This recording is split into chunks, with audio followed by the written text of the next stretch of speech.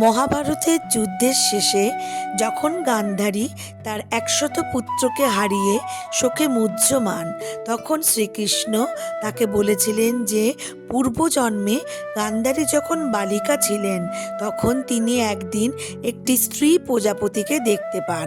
কৌতূহলবশত বা খেলার ছলে তিনি সেই প্রজাপতিটির পা দুটো একটি সরু কাঠি দিয়ে বিদ্ধ করে দিয়েছিলেন।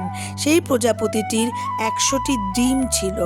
গান্ধারীর এই আচরণের ফলে প্রজাপতিটি এবং তার হবু সন্তানদের অবর্ণনীয় কষ্ট হয়েছিল। যদিও গান্ধারী এটি অবুঝ মনে করেছিলেন, কিন্তু প্রকৃতির নিয়মে প্রতিটি কর্মেরই একটা ফল থাকে।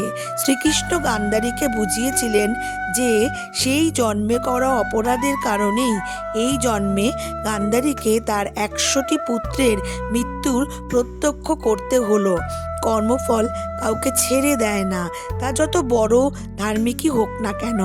আর গান্ধারী মনে করেছিলেন তার পুত্ররা অপরাজেয় এবং তিনি তার তপোবনের মাধ্যমে তাদেরকে রক্ষা করবেন, তার তপস্যার মাধ্যমে তাদেরকে রক্ষা করবেন। গান্ধারী যখন কৃষ্ণকে অভিশাপ দিতে উদ্যত হন তখন কৃষ্ণ শান্তভাবে বলেন, সময় এবং কর্মই সব কিছুর নিয়ন্ত্রক। কৌরবদের বিনাশ কেবল কৃষ্ণের ইচ্ছা নয়, বরং তাদের নিজেদের অধর্ম এবং কর্মের ফল। প্রজাপতির গল্পের মাধ্যমে তিনি গান্ধারীকে শোক কাটিয়ে উঠে জীবনের চরম সত্যকে গ্রহণ করবার জন্য অনুরোধ করেছিলেন। আজকের এই ধর্মীয় গল্পটি আপনাদের কেমন লাগলো আমাকে জানাতে ভুলবেন না। কমেন্ট সেকশানে হরে কৃষ্ণ, জয় শ্রীকৃষ্ণ অবশ্যই লিখবেন।